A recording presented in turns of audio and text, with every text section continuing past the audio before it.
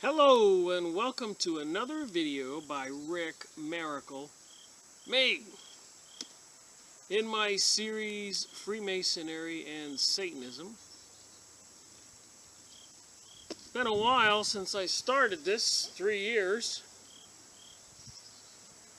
Guess we're going on to year number 4 after October. It's been an interesting project to make videos about books I read, like this one. So this is 102 part 3. And it's just also interesting how the flow of the topics can go from politics, history, ancient civilizations, secret societies, religion, the Zionist Jewish folks, and other happenings with relations to the Jewish people throughout history, aliens, UFOs, and related topics.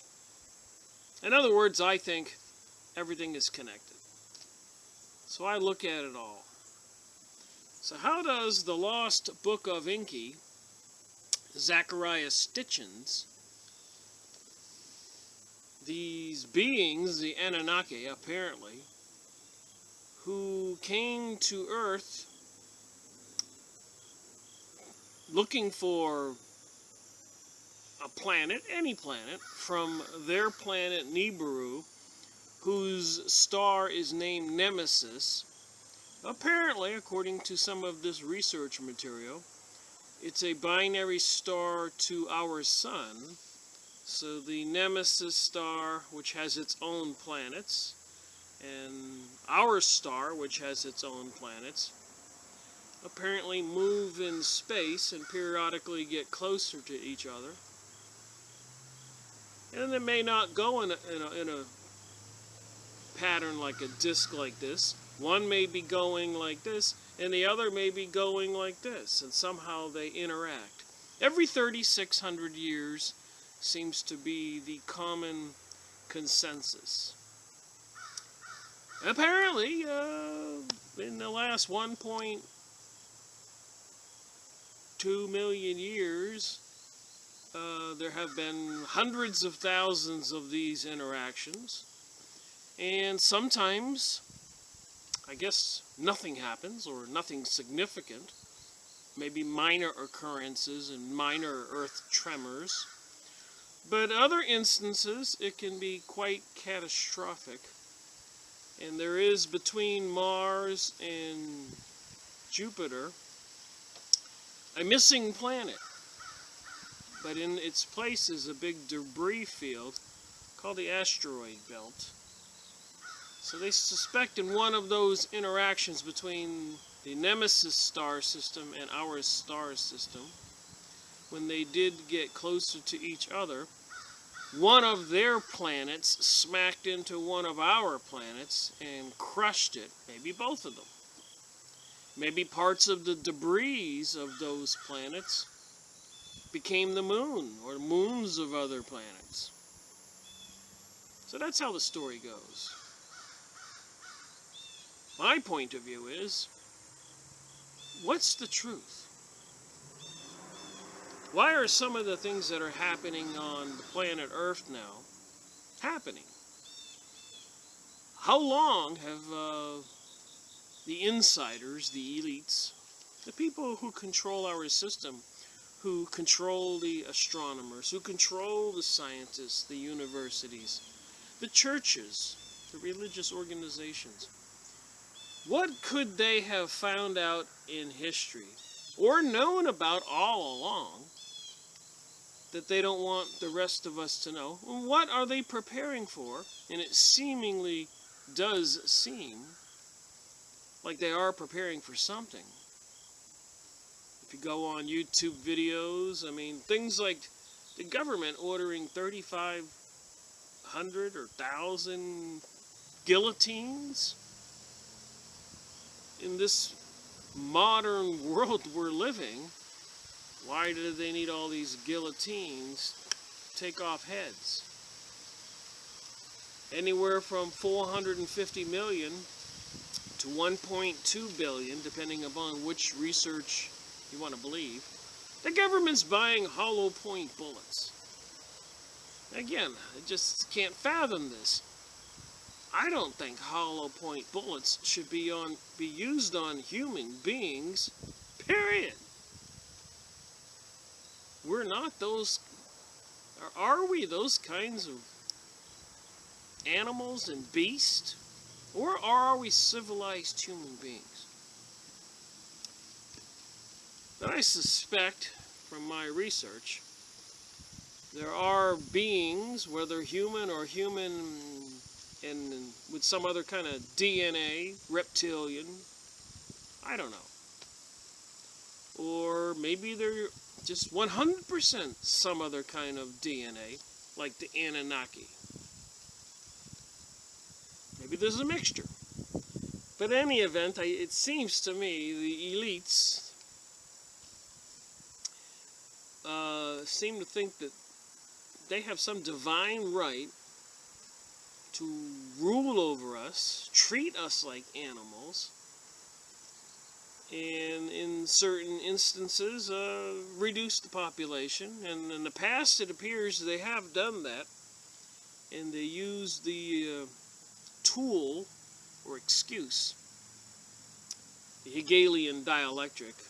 Do something so you can blame it on that, why you have to do this. And to bring about wars and depopulation? Or is it just grand theft, stealing all the resources and property and women and children from different cultures and places? Do we have monsters living among us that have no conscience?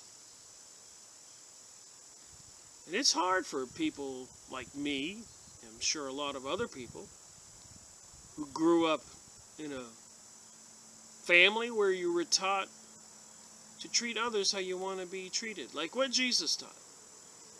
Or the 10 Commandments, when Moses supposedly got the 2 tablets from a divine being, God, and 2 of those commandments out of the 10, number 6 is don't murder people, and number 8 is don't steal from people. And it appears that the elites who control these countries are murdering and stealing like there's no tomorrow, causing economic bubbles, depressions, recessions. Ever since the Illuminati types, these elites again, supposedly Zionist Jewish folks who think they're better than other people, and with some certain knowledges from ancient times, learned how they could maintain power, obtain power, through the control of money with interest. So if they can control the money, like Mr. Rothschild said, he doesn't care who's in charge of the country, because if he controls the money, he's in charge.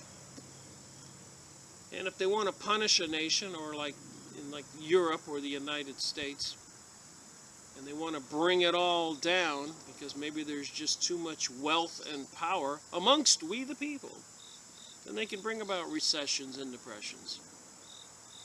All that appears to be happening. And then we have this crazy election, which a lot of people I talk to say it's an insult to we the people to have to choose between the Democratic candidate and the Republican candidate here in the USA. I don't have to name names. It's just too bizarre to believe and to even talk about. People ask me, who are you going to vote for? And I said, I can't vote for either one of those two. And one friend reminded me last night, she said, you do realize there are 2 other candidates, or 4, 2 other parties, but the media doesn't tell us about them. So maybe the people on the planet will get it and vote for one of those other 2 parties and leave it up to God or chance, but not the 2 that they're giving us. Don't vote for them, I would suggest. But everybody has to act according to their own conscience. So anyways, I wanted to read more from this book, as bizarre as it is, and to me, as relative as it is to the goings-on in the world today, with the New Age and the New World Order. I mean, Zecharia Sitchen was a well-recognized author and professional in archaeology, interpreting the cuneiform tablets over there that they found in Samaria, and later on refound in some museum in England, London. And maybe there's 100 people, 200 people on the planet, so they say, that can read these tablets. I find that hard to believe. I'm not sure Zecharia Sitchen read them correctly. I'm a little suspect. And maybe he has reinterpreted him or interpreted him to promote some new theory or philosophy in ancient history. Just saying, seems a little crazy. So let me start reading here. Synopsis of the 12th tablet, page 266. Just highlighted some material you can see here. I pre-read everything and just go through my highlighted notes, read what I see, and make a little commentary. So the short story goes, if you've been watching my videos on this book, part 1 and part 2, one of the leaders of Nibiru in the Nemesis star system, apparently the binary twin to our star, had a failing atmosphere, and they needed gold to grind up into powder and put in their atmosphere to protect the people. Anyways, by chance, one of their leaders took one of their spaceships without permission. Had a big fight there on their planet for power. Somehow made it through the asteroid belt using apparently nuclear type weapons to blast the asteroids, and passed by Jupiter and Saturn and Mars and came to our moon and our planet, turned on his electronic surveillance equipment and detected gold. Radioed back to Nibiru and said, hey, I found gold on a planet. I can save Nibiru. But I want to be made leader of Nibiru. So they kind of agreed, contingent upon verifying this. So from Nibiru, they sent more people to Earth. And it was a toilsome job, a lot of work. They tried to extract the gold from the water, which gold is in the water, but you can't retrieve too much. So then they found gold in the ground, and that was a lot of work for 50 or 100 people from Nibiru. So they decided to create a slave type of worker, using as a foundation some creatures on Earth that walked on hind legs and controlling the DNA, which was similar to their DNA in the two strands. Well, they were really failing at it, creating all kinds of weird monster creatures. And finally they had an aha moment and said, let's take a little bit of our DNA and mix it in with theirs, and the female egg from Earth, one of the creatures, and some of the sperm from the Anunnaki, and some blood. Anyways, they did wind up apparently creating humans like me, or you. And it goes into a whole long story, that ups and downs of problems, and getting gold finally to Nibiru, helping to reseed the atmosphere, protect the planet. And then they discovered that the Nibiru was coming closer to Earth. Nemesis, their sun, was coming closer to our sun. and tremors and heating problems and stuff like that were occurring on Earth. And they were brilliant scientists and said, hey, we got to get off this planet because there's going to be some serious turbulence when Nibiru gets closer, and the orbit or the pole will shift several degrees, causing splashing of water, surges, and kill everything. So some of them went to Nibiru, some of them went to spaceships orbiting the Earth, and some of them hunkered down in the mountains. And even apparently, according to even the Christian Bible or the Colburn Bible for these people,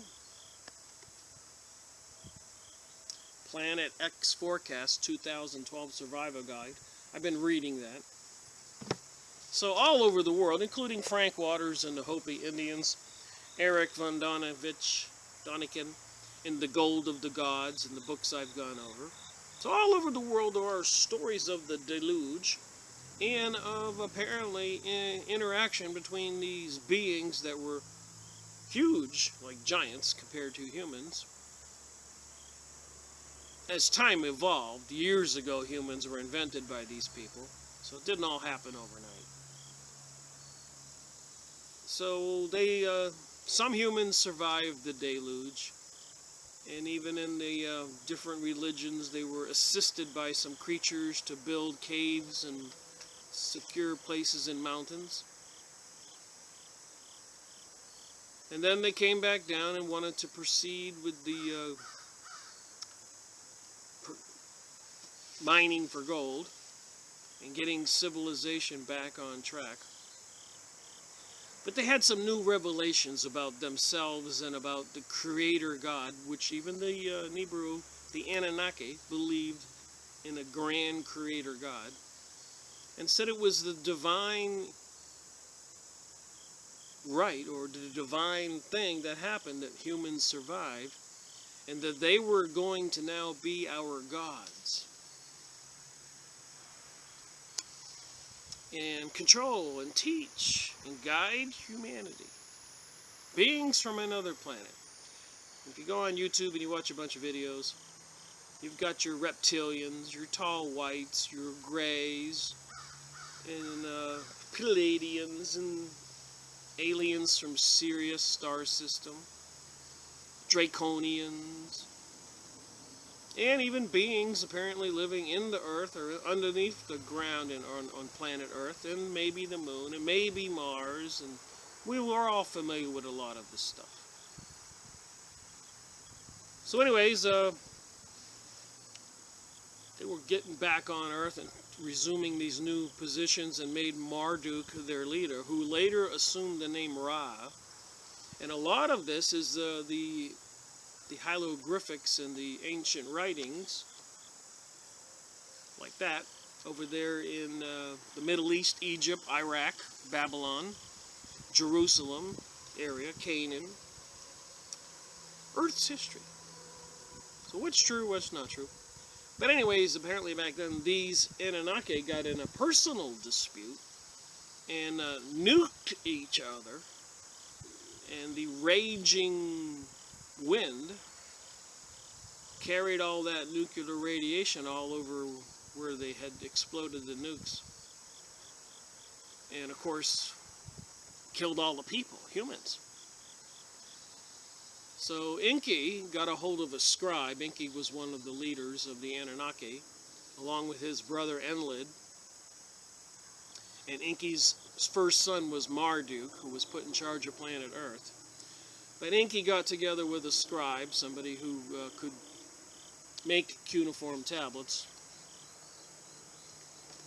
and document what happened, saying that he opposed the use of nuclear weapons in their personal dispute. So apparently Earth went through two tumultuous events. One was the interaction between Nemesis and our sun, and Nibiru and our planet, whatever. And the humans, some of the humans survived that, and the Anunnaki came back down. Then there was the nuclear war and the nuclear winter. that they created, that the humans had to go through again. So two catastrophes caused by one nature and another one by these beings. This is all kind of the story. And it's all left off that after the nuclear winter, the Anunnaki take up positions as pharaohs in our history, in the biblical history, right up until Jesus and Moses' time. So if you just follow the sequence and you study this and you try to make a chart and put the dates, it becomes very interesting. All right, 266. Plentiful gold comes from the lands beyond the seas. Anu and his spouse Antu arrive from a memorable visit. So the leader of all leaders on Nibiru, Anu and his wife, come to Earth for a visit. Reminiscing, the leaders realize they are destiny's pawns. Now remember, Zecharia Sitchen supposedly interpreted these cuneiform tablets with this kind of writing, and is telling the story of the history of Earth, if you can believe it. And it's a little contradictory to the biblical story. They allocate 3 regions of civilization to mankind, so they're dividing up the planet. Pardoned by the departing Anu, Marduk remains rebellious. Marduk usurps a site to build an illicit launch tower. Frustrated by the Enlilites, Marduk seizes the 2nd region. They're fighting over regions on Earth. He deposes and exiles Ningashadasada, Thoth, Thoth, another interesting character you can look up on YouTube videos, Thoth, to distant lands.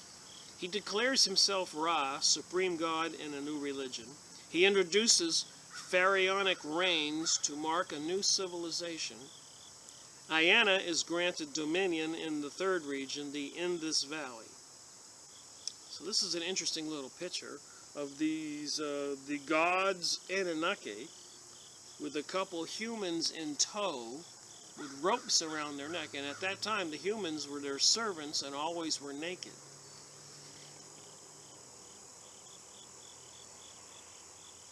Notice he has his foot on one human, and the other human he has a noose around his neck, and they are naked. So I suppose that's kind of important to know. Who they think they are and what they think of us.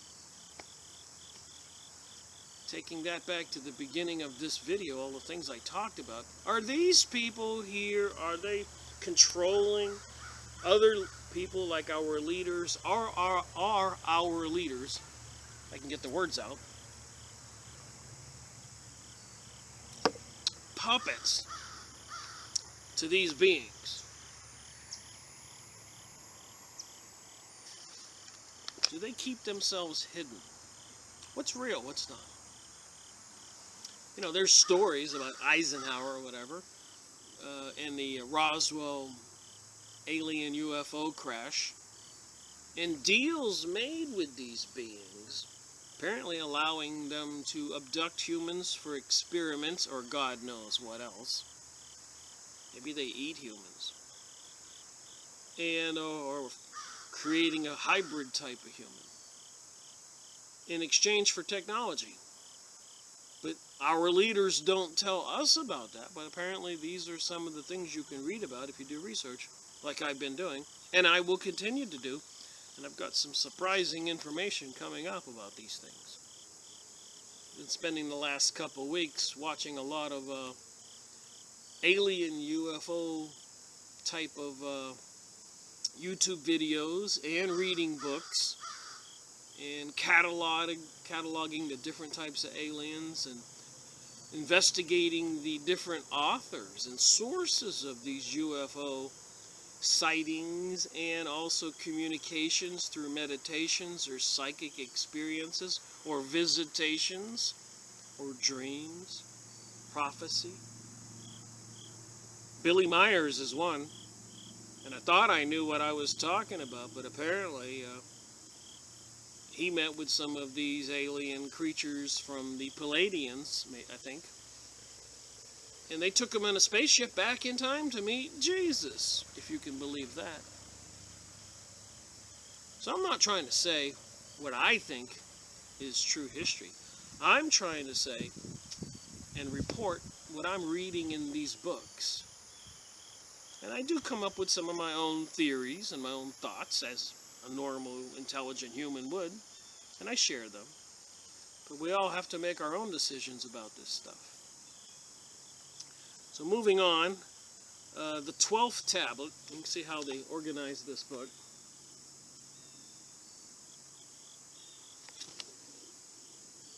From the mountain lands where descendants of Shem dwelt, to the olden land of the black-headed people migrated. So I'm beginning to notice these names here. It says here the Anunnaki abodes in the Eden. Remember Adam and Eve in the Garden of Eden? And one of the Cain slew Abel. And didn't they have a second son named Shem? With gold and silver and precious metals by Enki's sons provided, it was adorned. So they built a new residence after the great flood. Above in a circle skyward pointing, the 12 constellations by their signs were marked out. I find that interesting that the Anunnaki, according to this book, Zecharia Sitchen's cuneiform tablets, were into the astrology and the 12 constellations. In a sanctuary, a place that no uninvited can enter, Enki the Me formulas kept. So apparently there was a lot of scientific formulas and information that was kept in vaults and was kept secret, even from the other Anunnaki, like the recipe how to create humans, etc. An abode, page 268, an abode for Enlil and Nenlil therein was built. In 7 stages it arose. So after the great flood and the Anunnaki came back to earth, they had to rebuild their cities and their residences, which were apparently quite elaborate, like the Great Pyramids and the Sphinx, and a lot of the landmarks in the world that as I'm reading this book I recognized where they were, like when they talk about the cedar forest, or the gigantic stones for a landing pad that would have been Baalbek in Lebanon. And then the twin peaks for the landing craft near the entrance of the Great River would have been the Nile and the pyramids. And if you've been doing any research about other historic sites all over the world, like in Peru, the Machu Picchu lines or the other pyramids, apparently these, according to my rational thinking, these Anunnaki people went to numerous places around the planet and built facilities, typically pyramidal structures. I suspect that because they would be able to be recognized by an incoming craft coming into Earth's atmosphere. And even in the Yucatan, the Mayans, there's historical evidence that they went across the Gulf of Mexico, up the Mississippi River to the Great Lakes, and mined for tin and copper and stuff like that, and brought it back down the Mississippi River across the Gulf of Mexico to the Yucatan. And there are historical sites up and down the Mississippi called the Turtle Mounds, where these people, I guess, buried the dead, or because they didn't have the material to make regular pyramids, they made these mounds out of clamshells and stuff like that. All along the Mississippi, where they had these, I guess, residents or campsites, or small towns, that were part of the processing of bringing the metals from the Great Lakes down into the Yucatan area. Very interesting history. You start reading this stuff and putting it all together. The mining in Africa, the great civilizations in South America, North America, the large skeletons found all over the world. And usually then the Smithsonian Institute or some other characters show up and take control of the area and threaten people not to say anything and take the big skeletons. Or like in the Grand Canyon, the gold artifacts. So operating behind the scenes, there are people who apparently want to keep certain information to themselves and not be made public to the people. I guess too much knowledge and information could be dangerous to them. So back to the book. A stairway rising to heaven to the topmost platform led. His tablets of destiny did Enlil there keep. With his weapons it was protected. Tablets of destiny. The lifted eye that scans the lands, the lifted beam that penetrates all. The lifted eye that scans the lands and the lifted beam that penetrates all. Kind of made me think of the all-seeing eye. In the courtyard with its own enclosure, Enlil's fast-stepping skybird was kept. So apparently these people had their own private, I guess we would call them aeroplanes, skybird. Attendants, earthlings who were completely naked, wine and good oil served. So they had attendants, earthlings, like me I suppose, who were completely naked, wine and good oil served. Well, I don't think I look forward to that happening on Earth, where I have to get naked and serve wine and good oil to these beings or creatures. But it kind of shows what they think of us if they are real. A great banquet was for Anu and Antu prepared. For the sign in the heavens, its start was awaiting. On Enlin's instructions, Zumel, who in matters of stars and planets was learned, the steps of the house of Anu ascended, the rising of the planets at eventime to announce. On the first step, Kishar, in the eastern skies appeared. Lahamo on the second step was seen. That would be Mars. Then on the signal from Zamu, the hymn, the planet of Anu in the sky rises, began to be sung. So I guess they have some kind of song like our national anthem here in the United States. They have the hymn of the planet of Anu, Nibiru. For from the topmost step, the seven, the red haloed Nibiru, came into view. So they could actually see Nibiru with that red halo over it, which is representative by, as we've seen in some of these books, as a disc with the horns on the side.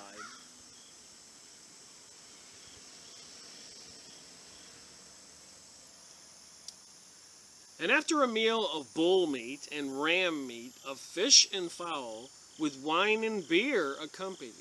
So apparently they knew how to make beer. Of what had on earth transpired, their accounts he heard. This would be the leader of Nibiru, Anu, who came to Earth in celebration of rebuilding the encampments and the remining of gold. Of the peace and the warfare he heard, so he had to hear the stories of all the goings-on between the humans and the Anunnaki and the Anunnaki and themselves, fighting amongst each other. Of how the earthlings, by the oath of Enlil, to be wiped off, had again proliferated, Anu heard. So Enlil, Enki's brother, Enki apparently created humans, but Enlil, his brother, both these two men, Enki and Enlil, are sons of Anu. And Enlil wanted all the humans to perish during the great deluge, or apparently the interaction between Nemesis and its planet Nibiru, and our star and the planet Earth. They thought the humans would all be killed. of the gold discovery in the land beyond the oceans and the chariots placed there, Enlil to him revealed. So before they were mining for gold, and it was a lot of work, and since the great flood, apparently a lot of gold was just laying on the ground to be picked up. Cause for celebration for the people of Nibiru, with all that gold laying around to be shipped back to their planet to reseed their atmosphere to save them. It was then that the dream in the tablet of Gazul Enki to his father told. So Enki had a vision by this being, like a ghost, and told him to save some of the humans. So he's telling his father that vision, why he'd made a decision to save some humans. By that, Anu greatly puzzled about this vision of this being who gave the prophecy and the instructions, almost from the world of God's world. A secret emissary by that name. To earth by me was never sent, Anu said. On account of Gazul, Zairuda, now would be called Noah to us. So this ghost being, spiritual being, went to Enki, told him to save the humans, and advised Zairuda to build an ark and to put 2 of every kind of animal in it and some humans. It's very similar to the Christian story. So, and the seed of life were saved, Enki said. Hope I explained that clear enough. Just the similarity to the Christian Bible, some of the stuff that apparently Zecharia Sitchen says is on the cuneiform tablets, but giving credit to these Anunnaki aliens. What to believe, you know? Who really controls Earth? Why would they be doing some of the bizarre things that are detrimental to we the people and our freedoms right now? Why do they have plans for depopulating the planet? In the meantime, they want to disarm everybody, and they are trashing Christianity and trying to destroy the religions. Biodiversity, sustainability, global warming, earthquakes, pole shifting, Yellowstone blowing up, threats of terrorism, 9/11, World War I, World War II, Albert Pike, back in 1880, writing to his friend in Italy, Mazzini, that there needed to be 3 world wars to bring about the New World Order. The Pope right now, Obama, everybody mentioning the need for a New World Order, and even a one world religion and a one world currency. All these things seemingly are evolving now. What's it have to do with this?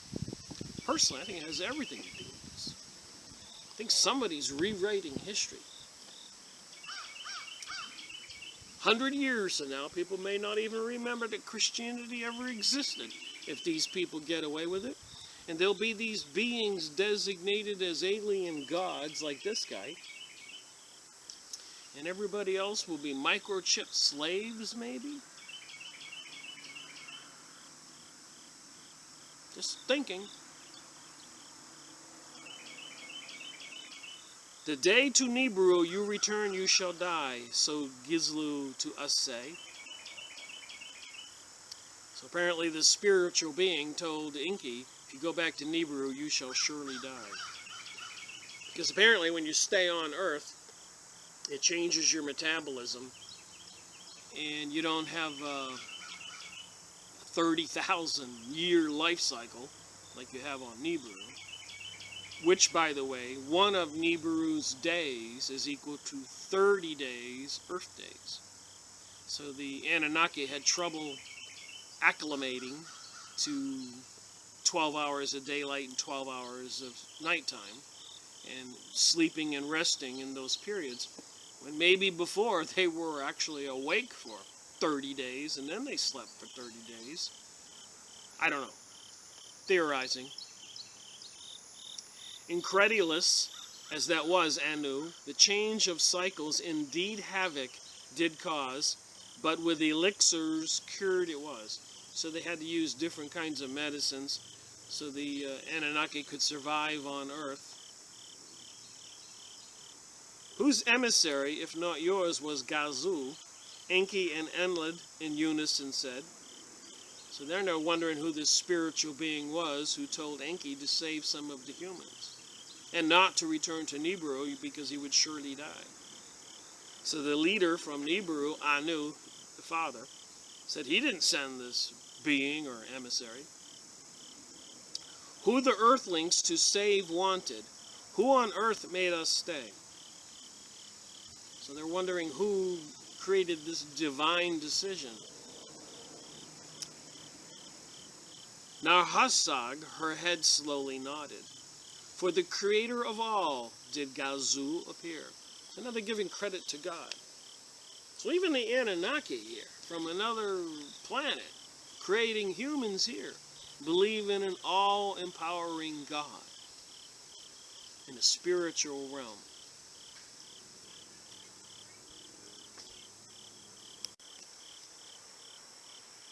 Was the creation of the earthlings also destined? Of that I must wonder. So, just assuming for a second, thinking that it might be possible that these people did come here and create the humans, and they're wondering if it was all God-inspired and destined. I believe there are other kinds of entities on Earth, especially spiritual beings, angels, demons, and possibly other characters of a human combination DNA or another DNA like reptilian beings. And according to videos like Arizona Wilder and the David Icke interview, these reptilian beings can appear as humans, and it takes energy and probably some kind of different kind of food or chemicals for them to maintain a human look. But every now and then they phase out, and you can see the reptilian features.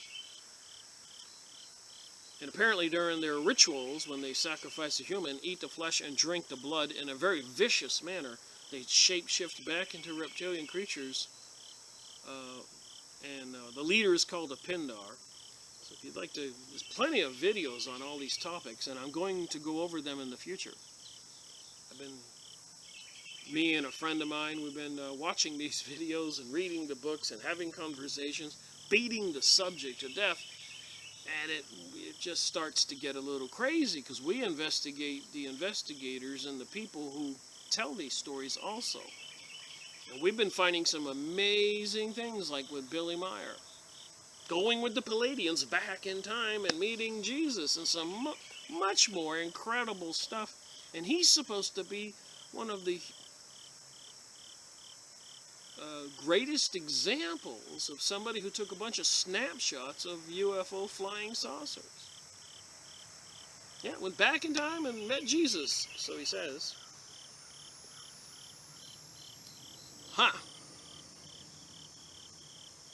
The will of the Creator of all is clear to see. On earth and for earthlings, only emissaries we are. So now these Anunnaki beings are coming up with decisions or philosophies. They're thinking, tossing it around, and going, wow, we must have come here to be gods to these humans. This is what God wills. The earth to the earthlings belong. To preserve and advance them we are intended. Now go read Barbara Manasek's 2 books on the Palladians, or go watch some of her videos, but read the books in particular. And they say they did come to Earth in Earth's history and manipulated the DNA and many other things for their own benefit, by the way. And now the Palladians are returning to make amends for what they have caused, the suffering. Because apparently their souls and their karmas are affected, and they can't ascend or move up in the spiritual realm until they fix things. This is part of the New Age teachings. It's quite amazing if you start watching this stuff. And it doesn't take a lot of work. I usually put my feet up and get a cup of coffee, and maybe have lunch and watch this stuff, half an hour here, half an hour there, and go about my daily life.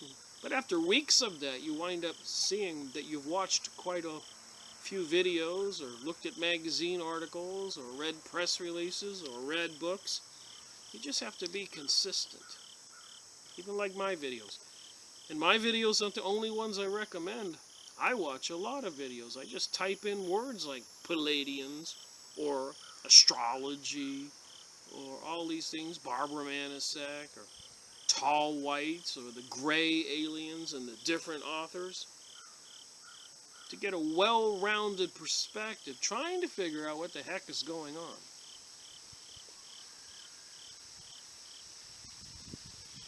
So to the earthlings belong, to preserve and advance them we were intended. Just so we need some aliens who think God is telling them that they need to rule over us, and maybe they've made an executive decision that we're overpopulating the planet like little ants, and they need to kill off a bunch of the ants. I suspect it's for selfish purposes, and there's more than enough on this planet for we humans, and I seriously doubt whether there's 6 billion people. I mean, these people who control our planet have been killing people all along for quite a long time. Pretty much wiping out all those people in the Middle East, which apparently was the original homeland for these creatures. So maybe they're coming back to Earth to retake those lands and don't want those Middle Eastern people of all types, Arabs, Islam, Hindu, Buddhists, Christians, atheists, brown, white, black people. They're killing them all and removing them all and dispersing the rest of them to Europe and America in the middle of the night, and then causing all kinds of havoc with that.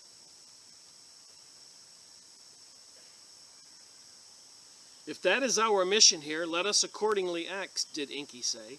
The great Anunnaki, who the faith's decree councils exchanged regarding the lands, to create civilized regions, and the great Anunnaki decided, therein knowledge to mankind provide. So they're going to teach mankind how to raise animals and farm, etc. Cities of man to establish, therein in sacred precincts, abodes for the Anunnaki create. Kingship, as on Nibiru, so they're going to create kingships among the humans. On earth establish, crown and scepter to a chosen man give. Alright, so these are the people who are teaching men on earth to be kings and build castles and rule over all the other men. I guess to raise animals and grow crops and provide for armies and go fight their neighbors and steal from each other and battle each other. Thank you very much, Anunnaki, if you did that. You've caused pain and suffering on planet Earth for thousands of years. If this is true, that's what they did. That's what it says in this book. Created kingships and taught man knowledge to mankind provide. So we all know what happened on planet Earth in the last couple thousand years. And if these people are taking credit, I'd like to say, please take your philosophy back to Nibiru, and we humans need to maybe start paying attention to what Jesus taught. Treat each other like we want to be treated.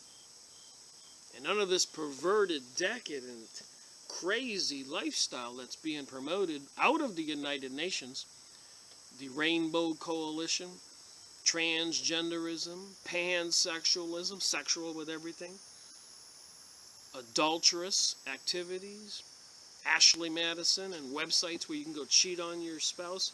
Confidentiality guaranteed. I think we humans ought to say, no thank you. We don't need to live like that. My opinion. Luckily, I can still have an opinion.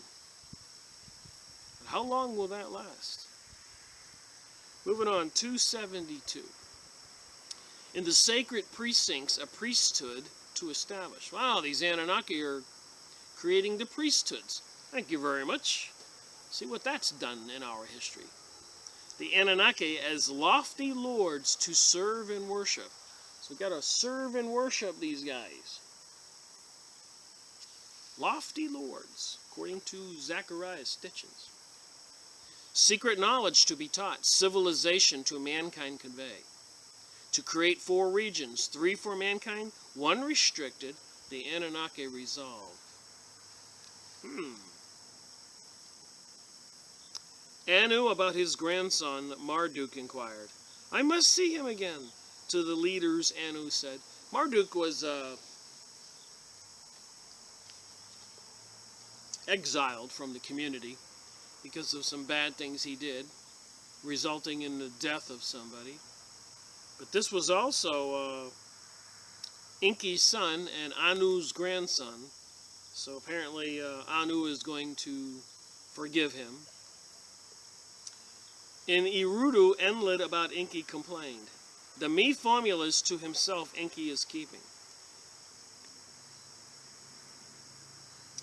So these scientific formulas and technologies Enki was keeping to himself. My son for himself a magnificent house built, beautifully on a platform it is raised.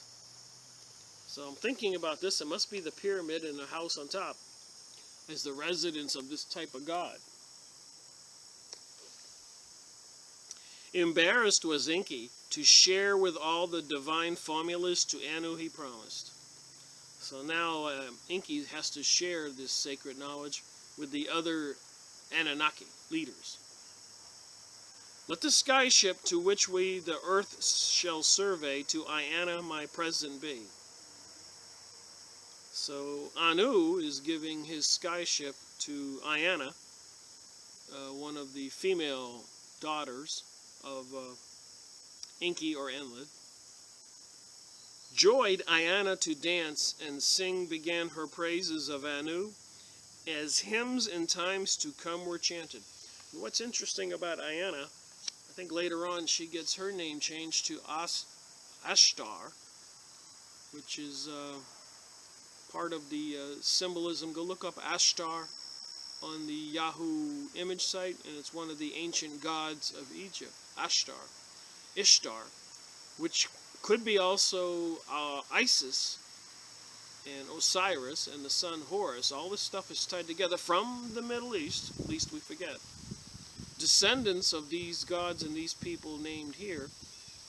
So that follows in with the title of this series, Freemasonry and Satanism, because you read about all this stuff, and even Albert Pike's book, Morals and Dogma, and you read about all this stuff in Helena Blavatsky's, Alice Bailey, Annie Besant, all that Theosophist Society New Age material that I've been going over. Also stuff like this is in the Kabbalah, some of the secret knowledges. Maybe it's part of what these technologies they're sharing. The Kabbalah, witchcraft, magicians, genies, angels, cherubim. All these things that we need to become familiar with and understand. With this physical reality dealing with the non-physical reality, the visible reality you see around me, dealing with the non-visible reality we can't see. These people apparently had the knowledge of that stuff. And so do some selected people, priesthoods, and Mystery School of Babylon cults, and lodges and organizations all over the planet today. Secret facilities under the Himalayan mountains, called Shambhala even. The Nordics from the north with those gods. The leaders of the Mayans and all their statues and images. Peru. And all the native tribes of history, which apparently the Christian church, the Catholic church, not the Christian church as a whole, was bent on destroying all that knowledge and had the Library of Alexandria burned. And even in Mexico City, when the conquistadors marched in there, killed the Shama, the priest, stole all his technology, and proceeded to kill the natives and steal all the gold. I don't think that was very benevolent. Sounds kind of malevolent. We need to be aware of that these people who control our planet right now do not respect we the people, we citizens. They would just as soon, it seems, to see us, many of us, dead. And they are microchipping children and people for the last 4 or 5 years I'm aware of, quite intensely, in California, Texas. I was having lunch with a couple of girlfriends, and one of them said her husband is a member of the veteran VFW Lodge, Foreign Wars, and that they were having microchipping children day once a month, and people were bringing their kids in to get microchipped down at the VFW. I'm sitting there having lunch going, you're kidding me, right here in Florida where I was living? And you go look it up on the internet, California, Texas. In some school systems, if you don't have your child microchipped, let's say you say no, you're not going to do it, you can't access the library, you can't get into the lunch system, and so many benefits are denied you. So you're, in a way, you're being forced to microchip your kids. And it's going to get much more intense. But first they have to cause some kind of catastrophe, an excuse to do it. Maybe crashing the dollar. And they'll, you know, right now you get those new credit cards, you got to slide it in a little slot on the bottom of the machine. It's just the next step to scanning your wrist or your forehead. So, I don't know, are these entities really in charge of planet Earth? Are they in competition with other aliens on Earth? Is that the story? Are there any aliens that are trying to help us or save us, like is claimed on many of these videos I watch? But I will continue to beat this subject to death, to try to get to the bottom of it, and make videos and share what I'm finding and thinking. By the shore of the great mountain lake was the abode erected. How the gold nuggets are collected, the visitors were shown. So remember, Anu, the leader of Nibiru, came to Earth to visit with his wife, to see how things were going with the new mining of this gold that was now just lying on the ground. There is gold enough here for many showers to come, Anu, satisfied, said. To a place nearby, Naruto, to Anu and Atu, an artificial mound showed. So I think the artificial mounds are these pyramidal structures they built. How to a place for melting and refining metals it was made, Naruto explained. How a new metal from stones was extracted, he shown them. Anunnaki made, he called it. So just like we do today, we mix several metals in the ground. Tin and copper to make brass and stuff like that. So that's what they were doing with the melting and refining metals. According to Zecharia Sitchen in this book, go buy this book. Fascinating story. I'm not even touching the surface. It's much more. How by combining it with abundant copper, a strong metal he invented, he showed them. So that would have been copper and tin to make brass. On the great lake from whose shores the metals came, Anu and Anti sailed.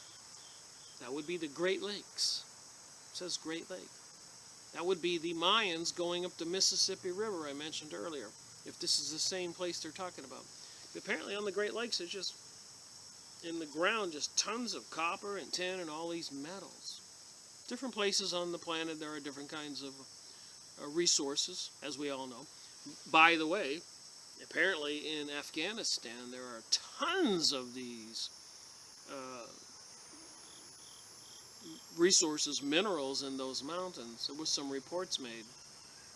Apparently in Venezuela, there are tons of this stuff, gold and diamonds and everything else. Why are the people in Venezuela being starved to death right now? I suppose they don't need them. Just saying. Try to pay attention. You want to see the pictures of the economic destruction in Venezuela? Just go on the internet, Yahoo Images, and look it up. Economic disaster in Venezuela. You won't believe how bad it is. A country with the greatest natural resources, the largest oil deposits in the ground on the earth, and the people are starving.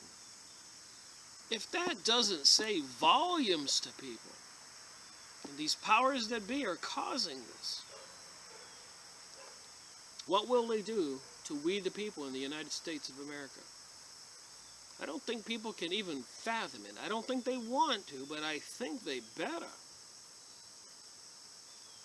Even the Palladians and the other people like Abraham Hicks and all the other ones on New Age material and psychic research and astrology. I hear these speakers and they go, get out of Florida. Get away from the coastline. Something bad is coming. It's not just me. I just pay attention to this stuff and report. You can go find out for yourself. Just watch some of this stuff. Then from lands from the north, lands where great horned beasts are hunted. Is that moose? Elk? When Enki about Zecharia inquired, Marduk with sorrow of her death told them. Now Nabal alone with me has remained, to his father and grandfather Marduk said.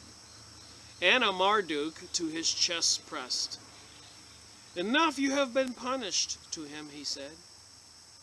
With his right hand on Marduk's head, Anu Marduk to be forgiven, blessed. So Marduk was exiled, and this is an important thing. Go look up Zionism, not Zionism, Yahoo image site, and look up Marduk. He's the one who later became the leader of the Egyptian people of that area and changed his name to Ra. Becomes very important. And then these people had the descendants of Osiris and Isis and Horus, the I on the US $1 bill. And apparently those pyramids in all of our, not pyramids, but obelisk in all of our city squares is a symbol to represent Osiris.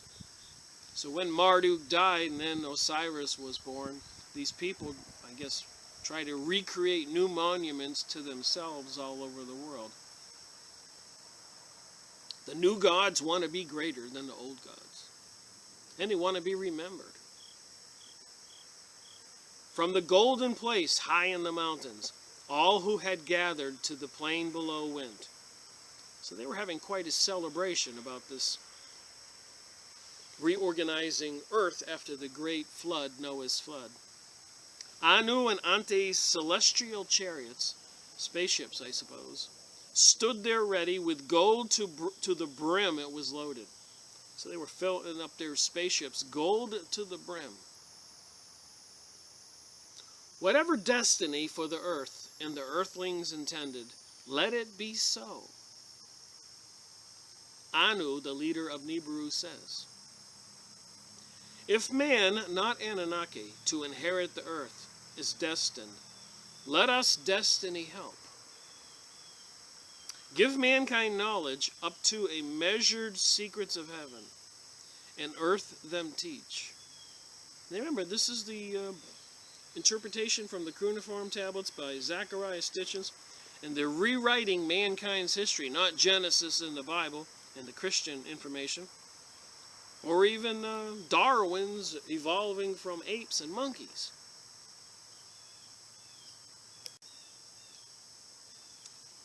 I had this book in my library for a while and didn't even know it. I started reading it, trying to decide what to talk about next in my videos.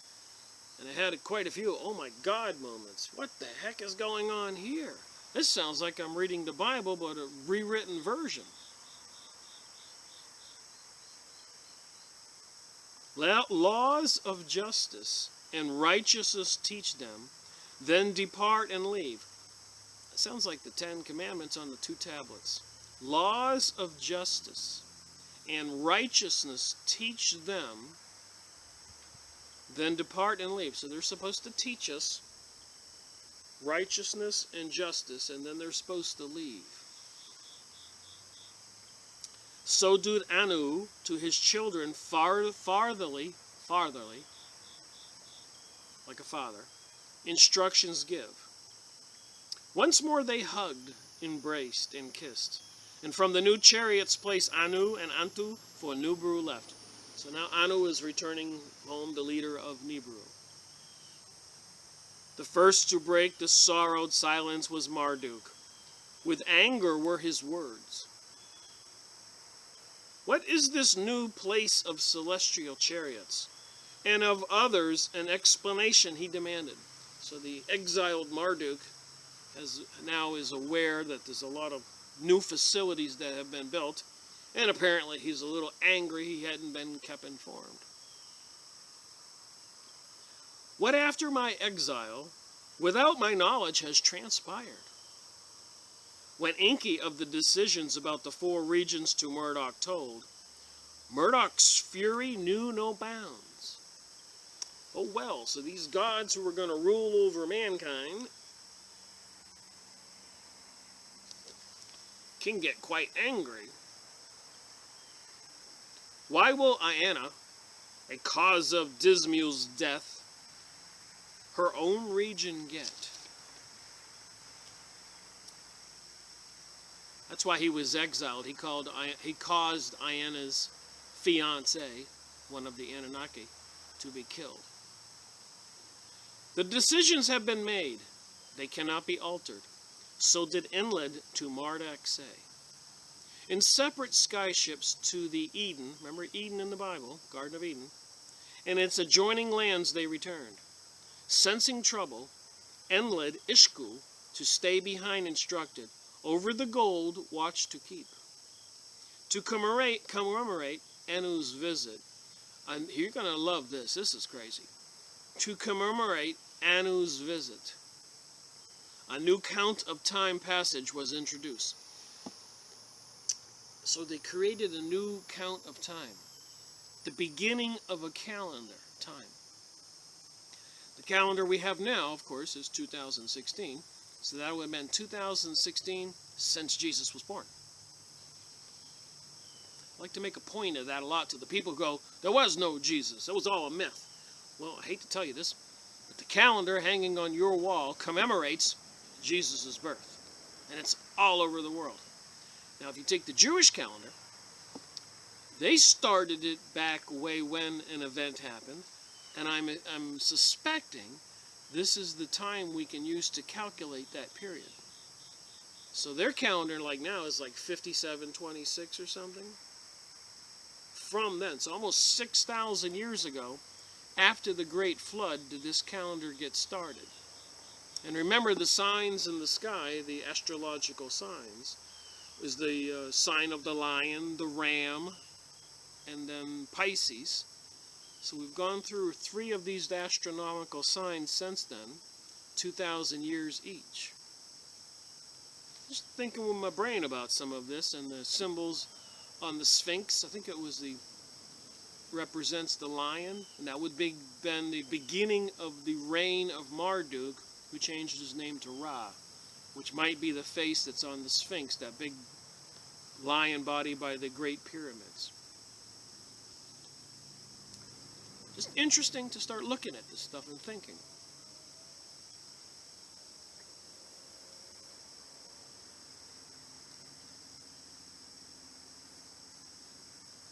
By earth years, not by Nibiru shars, was what on earth transpired to be counted. So they started the earth calendar clock all over back then. Now here's where we get into the astrological signs.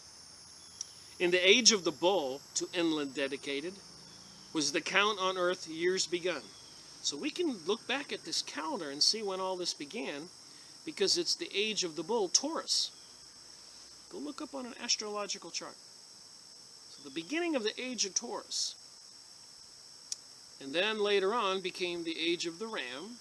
That would be the beginning of the Hebrews leaving the Egyptian slavery. And then 2,000 years would have been the age of Pisces, Jesus' birth. Look into this so you can kind of figure out the years And that's also probably something valuable to know, because apparently this Nibiru and Nemesis star system reappears every 3,600 years, 3,600 years. So when they commemorated the reorganization of Earth after the Great Flood, how many years was that since the flood? Obviously quite a long time. Could have been 1,000 years. These Anunnaki lived to be very old, thousands of years. When to the Eden the leaders returned, the place of the first civilized region. So they even tell us where they actually had this Eden. So all this was about 6,000 years ago. How to make bricks from mud, the Anunnaki, the earthlings taught.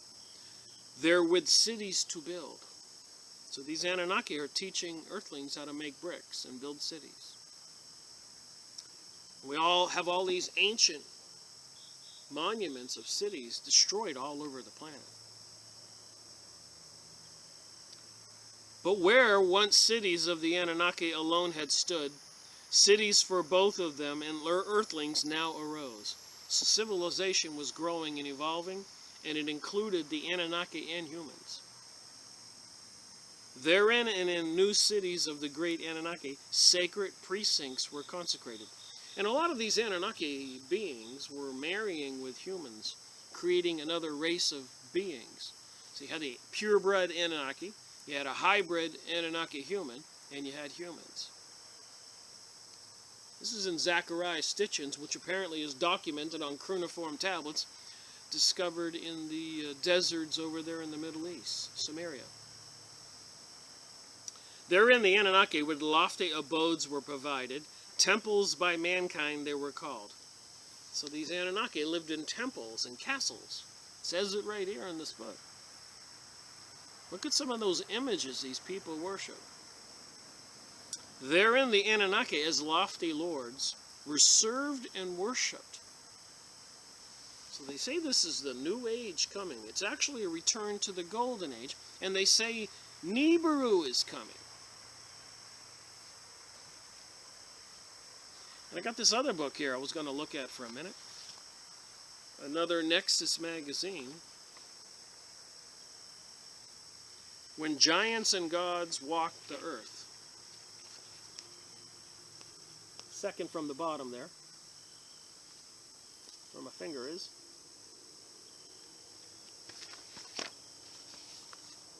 So I was reading this today. And of course this other book, warning about the catastrophe that's going to happen on Earth when Nemesis and Nibiru gets even closer, which could happen today.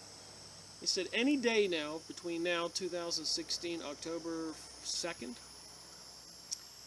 and apparently this time next year in 2017. And apparently the elites have built huge underground cities and tunnels and have been stocking those cities and tunnels up with supplies. And apparently, according to some videos on YouTube, a lot of these truck drivers who were delivering these goods to these underground facilities, this is current information, well, they've been disappearing. One trucker would say, hey, I was talking to Bob and John and they were making these deliveries. They've disappeared. I can't get a hold of them anymore. Just makes one wonder. But where once cities of the Anunnaki alone had stood, cities for both of them, and earthlings now arose. Therein in the new cities for the great Anunnaki, sacred precincts were consecrated. Consecrated. So they were consecrating their sacred residences. Didn't the Pope or a bunch of leaders from all over the world recently meet in Jerusalem to do some consecrations? What's going on here that they do that? Didn't they want to install or place the temple to Baal, apparently the devil, maybe it's one of these Anunnaki people, Baal, in New York and London, and they did, you can go look it up, these archways to Baal. And later on I learned they were putting up 1,000 of these all over the planet. Temples to this devil character Baal, which apparently is those gigantic stones in Belbak, Lebanon, which were landing pads for the Anunnaki near the cedar forest. Ha! I'm thinking. So they're having a consecration over there in Jerusalem in September, just passed. I think it was 19 days that these people were having all these ceremonies.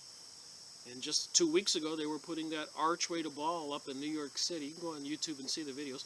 Then they had that grand opening ceremony for that tunnel in Switzerland under the Alp Mountains. And that was one huge satanic ritual. Even with a being with horns descending from the sky. And people dressed like they were naked, having some super groping orgy. It's too much to believe. You got to go look it up if you haven't seen it. Emmy Awards, BET Awards, Grammy Awards, Super Bowl halftime shows, Madonna, Gaga, Beyonce, Katy Perry. There's so much of these satanic rituals. Just makes you wonder, are they worshiping these people? Says here they want to be worshipped. Says they got temples. There in the Anunnaki as lofty lords were served and worshipped. Zecharia Sitchen interpreting the tablets. What are we to believe? We're supposed to believe this? And if we believe this and we see what's going on in our world, can we put two and two together? Why would they give us two crazy candidates like we have right now for President of the United States? They must think we humans are stupid and dumb and zombie-like. And they probably intend to enslave we the people again. Crazy. I know. Next in succession was the Lord Enki, the rank of 40 he held. To Nanar, the son of Enlil, and Nenled, the rank of 30 was assigned. 10 as number rank, and the other Anunnaki leaders, sons were granted. So they were giving everybody different levels of rank as different lords in their different castles and temples all over planet Earth to be worshipped. We're going to find out, if we keep reading this here, that they were fighting amongst each other, and they had nuclear weapons. And regrettably, they used them. They thought they could limit the war, this nuclear war, and they didn't really want to kill all the humans. But they forgot, or they didn't know, that the wind would carry all the radioactivity material in the air across the land, destroying everything. You think they would learn, and history seems to repeat itself. But apparently there's talk even these days, 2016, of a limited nuclear war. And then we got Fukushima spewing all that radioactivity over there in Japan from the power plant when they had the tsunami, which seems to be, by a lot of YouTube videos and other alternate websites, people going there, visiting, looking in the ground, and making measurements and testing. But apparently, seafood life has been destroyed. Animal and plant life. The Pacific Ocean has been destroyed. If it's true. I think if I had the money and the time, I would be over there on the coastline from the southern part all the way up to Washington State and do some observations, make some videos, take some samples. I've got several radiation detectors. We got to know what's true and not true. In Langash, page 277, the Girshu precinct for Nibiru was built. His black skybird there was kept. So these people had spaceships. And if you look at ancient Chinese artwork and paintings, and even Christian, you'll see spaceships in the paintings. From there, Utu, for mankind laws of justice promulgated. Laws of justice, sounds like the Ten Commandments. The house of Succor, and healing knowledge was her temple abode and therein named. The means of how the earthlings were fashioned, so the technical documentation. Near Hashag, in its holy shrine kept. House of the throne's seed was its temple abode called. The moonbeams to the lands it reflected. Iana to Unkakai resided. In the abode by Anu bequeathed to her she dwelt. So Iana, whose fiancé Dionyson was killed by Marduk, who was exiled, who was then forgiven by the leader of Nibiru, Anu, and he gave Iana his residence on earth that was built just for him for his visit. Marduk and Nebu and Eruda dwelt. In the Eden, their own abodes they did not have. So Marduk is still getting ticked here. He doesn't have his own dwelling. But apparently Iana was giving Anu's dwelling that was built for his visitation to earth. So it made Marduk a little upset, jealous. Now this is the account of the first city of men and of kingship on earth, and how Marduk, to build a tower, schemed, and wherefore Iana the Medes stole. By their Anunnaki lords, the earthlings' handiworks and crafts were taught. So the earthlings were taught handiworks and crafts.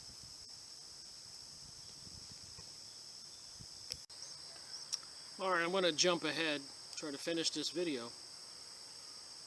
So, the conflict between the two sons of Anu, the leader of Nibiru, Enki and Enlil, the two families, the conflict continued. And Enki's son Marduk was promised control of earth, who later changed his name to Ra. And again, I'm not trying to read this book. It's not an audio book. I'm reading very little. I think it's important to realize that they're trying to say this is the true history of earth. And with the Freemasons, Zionist Jewish folks in Israel, all these things, the Illuminati, the Kabbalah cults, the occult, witchcraft, all these organizations, Mystery School of Babylon, witchcraft type of organizations, are trying to destroy Christianity. Why? We've gone over that in my videos. But let me read a little more from this book and try to finish this video. So therewith a tower whose head the heavens can reach they were building. So Marduk plans on building a tower that can reach the heavens. That's the Tower of Babylon. This is a biblical story. To thwart the plan, Enlil to the place hurried. To placate Marduk with the soothing words he tried. So one of the sons of Anu, Enlil, I guess that would be Marduk's uncle, Enki's brother, tried to talk him out of it. To stop Marduk and Nebu in the endeavor, Enlil did not succeed. Marduk, an unpermitting gateway to heaven, is building to earthlings he is entrusting.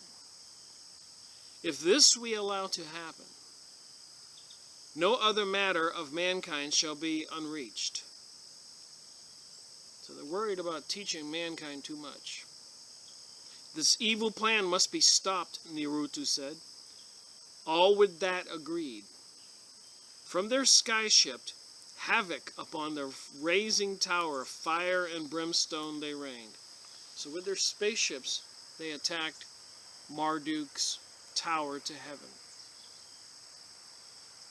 To the tower and the whole encampment, a complete end they made. To scatter abroad the leader and his followers Enlil thereupon declared. Listen to this.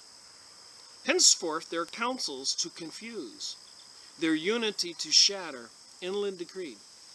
So the biblical Christian Bible story with the Tower of Babylon, after it was destroyed, apparently by God in the Christian Bible, all the people were made to babble, why they call it Babylon, speak different languages so they couldn't understand each other, and dispersed around the world. And it says right here in Zecharia Sitchen's book, henceforth their counsels to confuse, their unity to shatter, Enlil decreed. Until now, all the earthlings one language had, in a single tongue they spoke. Henceforth their language I shall confound, that they each other's speech will not understand.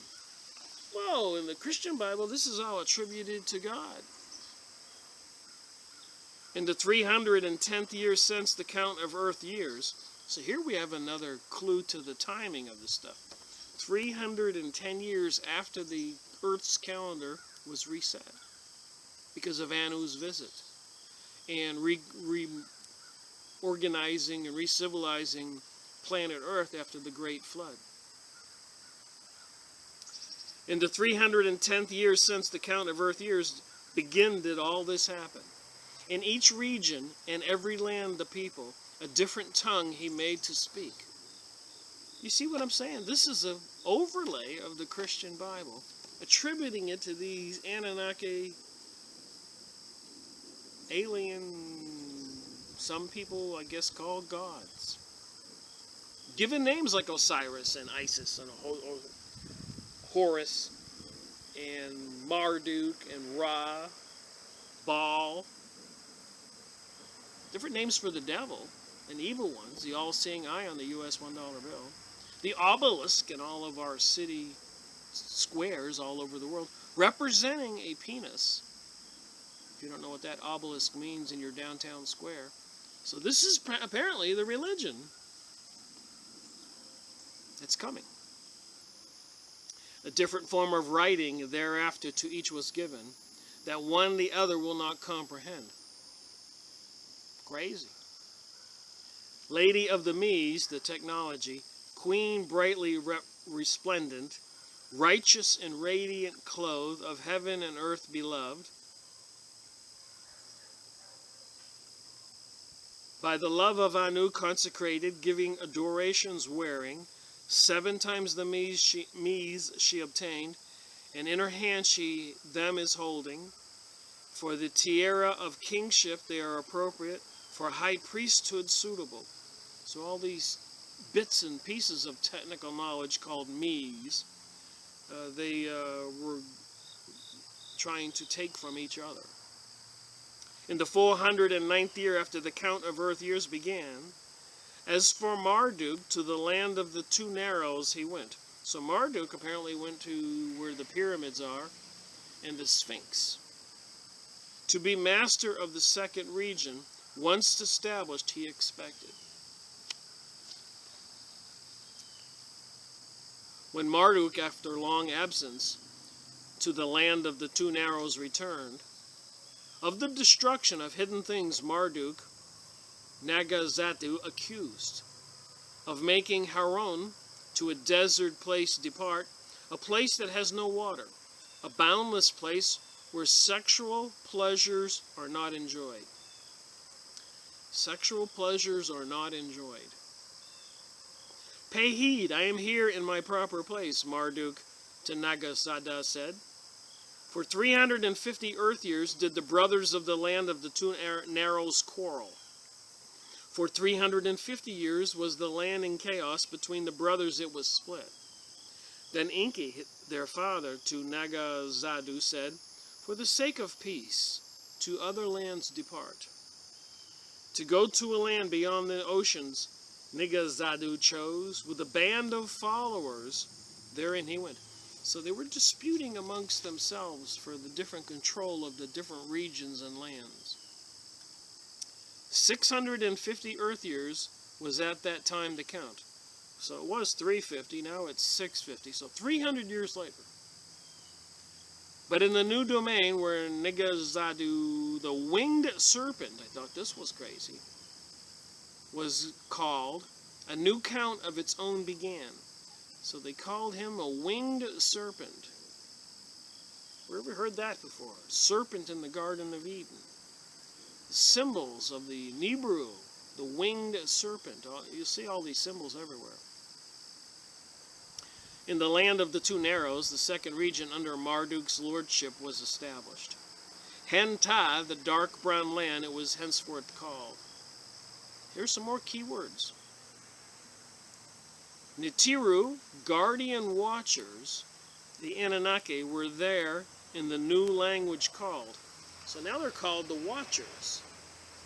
And apparently the people who live in Shambhala in the Himalayan mountains in Tibet are called the Watchers. And apparently they're people who operate behind the scenes, or aliens or gods or beings who monitor everything going on Earth. The Watchers. Just saying, that's what it says here in this book. So Marduk as Ra, the Bright One, was worshipped. Enki as Ptah, the Developer, was venerated. To erase his memory, Ra, on the stone lion, his image of that of his son Asar was replaced. So the original face on the Sphinx was Ra, and it was replaced with that of his son Asar. So as has been discussed in other archaeological discussions and books, they say the face on the Sphinx was altered.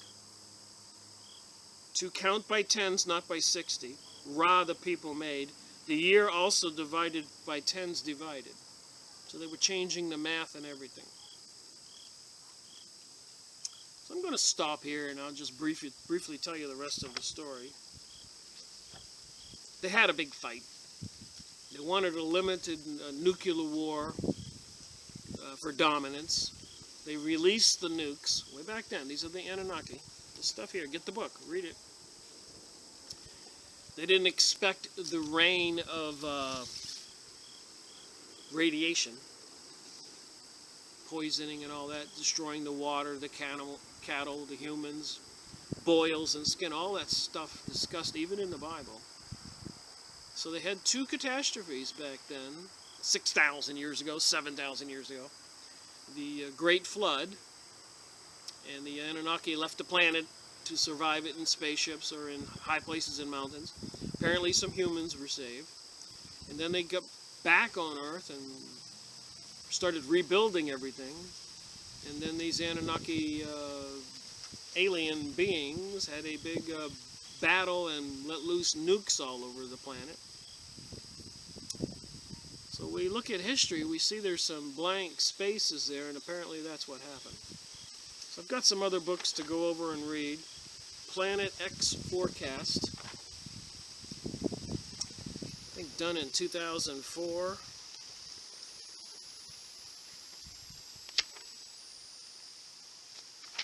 I've been reading this, I've read 3 chapters already, so it should be interesting to make a video. It says here, 2nd edition, 2007.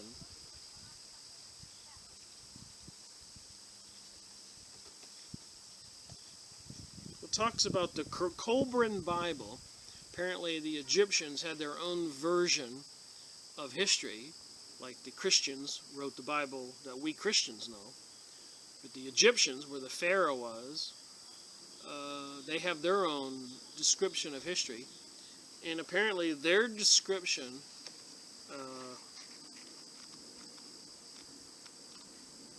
is more about a destroyer incoming planet. You can see the word destroyer there, where the stars were changed. They rolled across the sky to a new stations. Then the floodwaters came. So the Egyptian Bible describes the event differently than the Christian Bible. They call some incoming planet they could see in the sky the destroyer. It kind of matches the material in Zecharia Sitchen's material.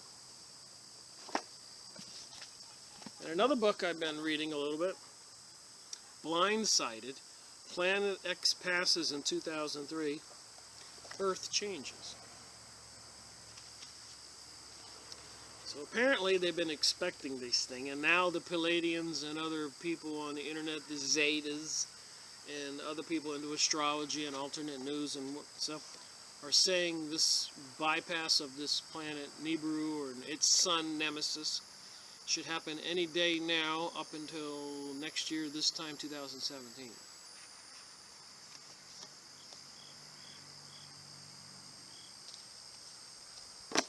And a little bit from this magazine, and I'll end this video. When Giants and Gods Walked the Earth.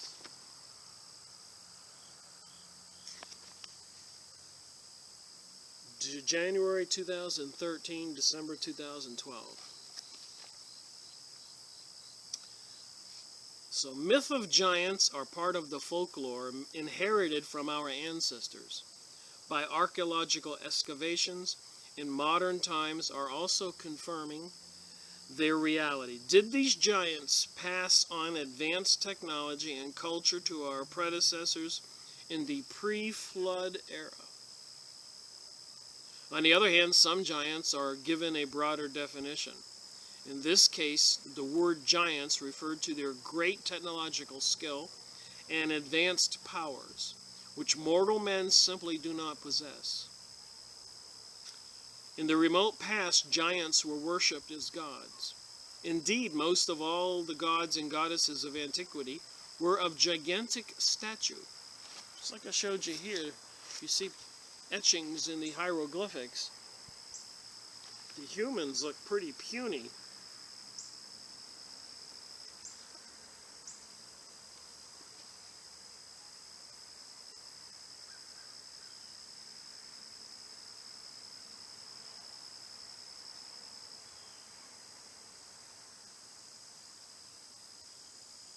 I think I showed the picture earlier in this video where the guy had his foot on the humans and a rope around the other human's neck.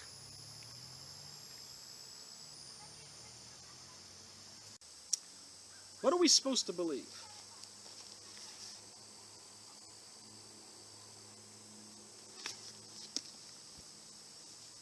Get the book. So back to this magazine, Nexus. In ancient times, even in the Hebrew tradition, it was widely known that these words, thus signifying a power greater than oneself, applied not to a single omnipotent being, but rather to beings from the sky, always denoted in the plural, beings, paganism, many gods. In the Bible, the first commandment out of the 2 tablets, the 10 commandments, there shall be one God. So is this pagan religion? I think so.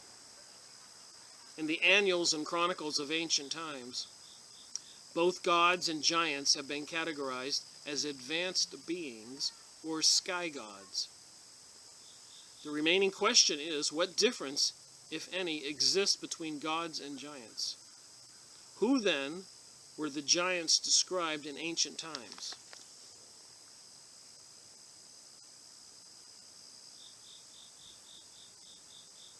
You can pause it and read it. I'm just going to go over a couple of the titles here. The ancient Chinese, one of the many tribes of humanity that ultimately were passed the torch of civilization very early on from the primal giants of old, were the Chinese Confucius records. During the reign of the 5 monarchs from 2852 to 2206. And there were flying carriages. That's what it says here.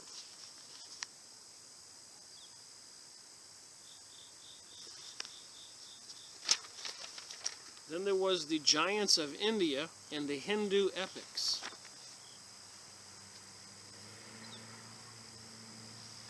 The giants of ancient Greek mythology. Norse and Germanic deities.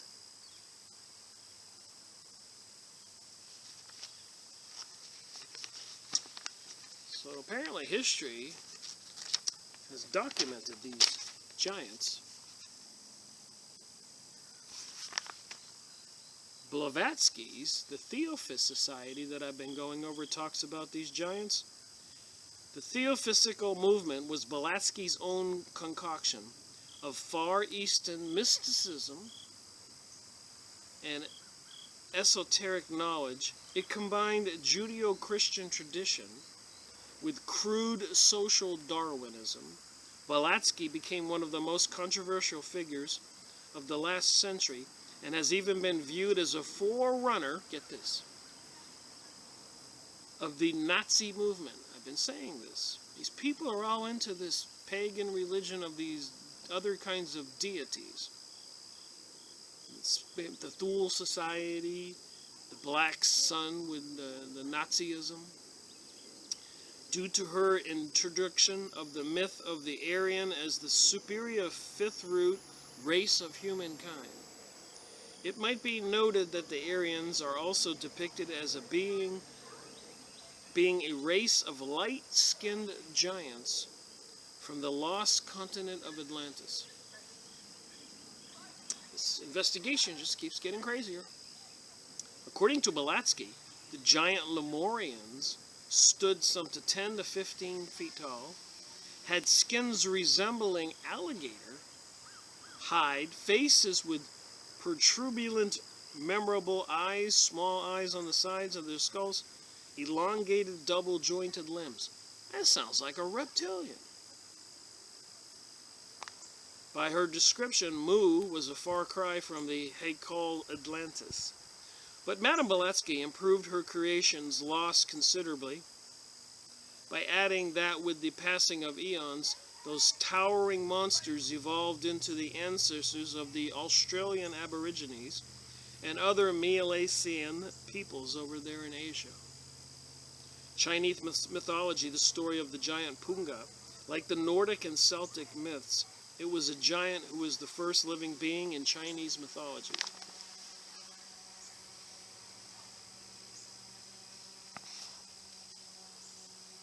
Alright, I'll just end this video here in one more minute. Giants in the New World. American Indians talk about giants.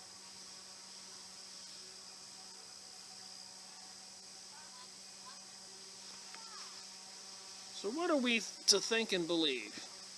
Is all this stuff propaganda to create a new religion?